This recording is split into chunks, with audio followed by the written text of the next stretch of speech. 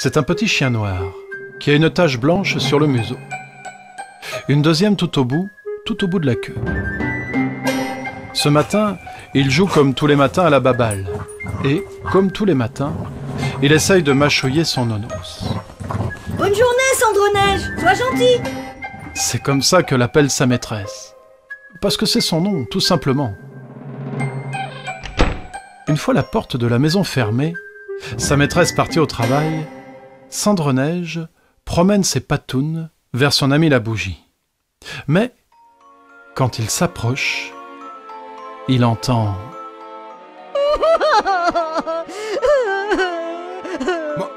qu'est-ce qui t'arrive, Lili, ma bougie? Lili, mon ami? Mais tu ne vois pas, Cendreneige? J'ai perdu ma flamme.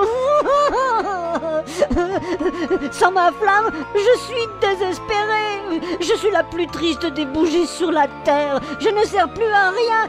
Inutile. S'il te plaît, mon ami chien, peux-tu m'aider à la retrouver? Mais bien sûr, ma Lili, je vais te la retrouver. Et si je n'y arrive pas, je ne suis pas un vrai chiot. Et si je n'y arrive pas, je ne suis plus ton super-héros. Et voilà Cendreneige qui saute par la fenêtre en jappant. À ce soir, ma Lili, hein, et tu ne me reverras qu'avec ta flamme. Parole de chiot. Une fois en chemin, Cendreneige va chercher des conseils auprès de ses voisins Mamie Toute Bleue et Papy Trop Petit. Ils sont un peu la mémoire du village. Ils sont tous les deux de vieux sages. Hey, oh, mon ami Lili a perdu sa flamme. Comment pourrais-je la retrouver? Où chercher? Papy demande à Mamie. Mamie demande à Papy. Et d'un seul coup... idée! Eh ben, va voir tout là-haut. Tout là-haut? Oui, tout là-haut. Et tu écoutes la mélodie de la rivière. De la rivière? Oui, de la rivière, c'est ce que j'ai dit. Et tu trouveras le tailleur de mots. Le tailleur de mots? Oui, le tailleur de mots. Celui qui flâne le nez en l'air. Le nez en l'air? Oui, le nez en l'air, tout à fait. Il flâne le bon? nez en l'air. Et d'ailleurs, on le surnomme... Croque-mot. Merci, Croque-mot. Il est poète comme... Comme Jacques Prévert. Comme Jacques Prévert, c'est ça, tu es poète comme Jacques Prévert. Oui, c'est Jacques Prévert, un poète comme Jacques Prévert. Cendreneige écoute la sage parole de ses voisins. Et voilà notre chiot à l'assaut des montagnes.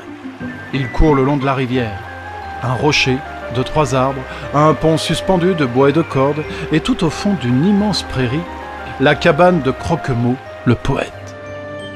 Cette bicoque est magnifique, en bois et en paille. Elle est en forme de A majuscule. De chaque côté du portail de l'entrée, des lanternes rouges comme des framboises.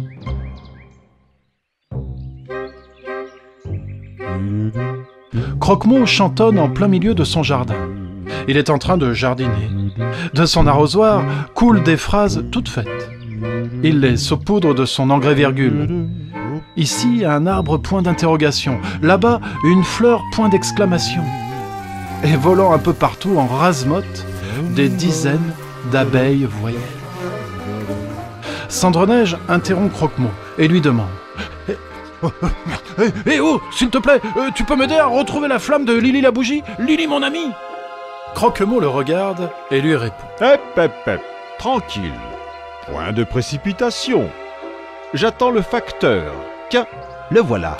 Et à ce moment précis, descendant dans le courant de la rivière, une bouteille en verre vient se poser délicatement sur le bord de l'eau. Dans cette bouteille, le courrier du jour. Le petit quotidien, quoi. Croque-Mot ouvre la bouteille et lit la lettre à voix haute. Ce soir, à minuit pile, dans le jardin de Mamie Toute Bleue et Papy Trop Petit, tombera une étoile filante. Et à l'endroit précis où l'étoile tombera, un arbre poussera, un arbre à pommes étoilées. Waouh, trop beau, dit Cendreneige, sans écouter la suite, tellement pressé d'aller annoncer la nouvelle à ses amis.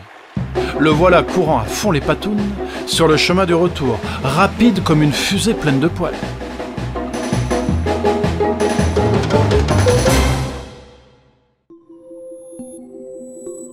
« 23h44, tout le monde est dans le jardin. Mamie Toute Bleue est toute bleue d'impatience. Papy trop petit monte sur une chaise pour mieux voir la scène. Lily la bougie est toute inquiète pour sa mèche. Cendreneige a apporté son os porte-bonheur. D'un coup, tombant du ciel bleu foncé, une étoile filante jaune-orangée vient se planter dans le jardin de Pépé et Mémé. Quelques secondes de silence, les regards sont stupéfaits et... un arbre jaillit de terre. Un arbre à pommes étoilées.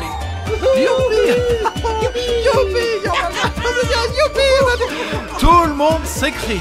Et Lily la bougie demande... Et qu'est-ce qu'on fait maintenant? Et tout le monde reprend... C'est vrai ça. C'est vrai ça.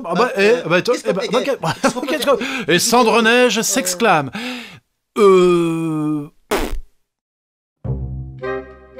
En arrivant du fond du jardin, Croque-Mot s'adresse au petit chiot. Si la nature nous a donné 2 oreilles et une seule bouche, c'est pour écouter 2 fois plus qu'on ne parle.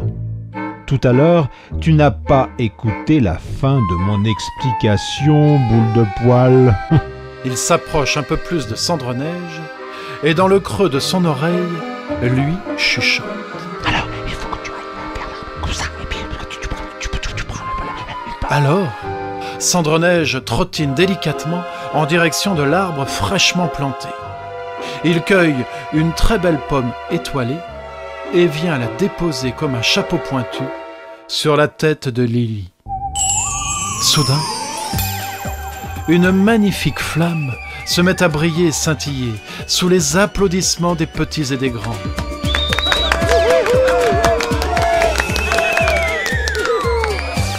Lily offre à la nuit son plus beau des sourires.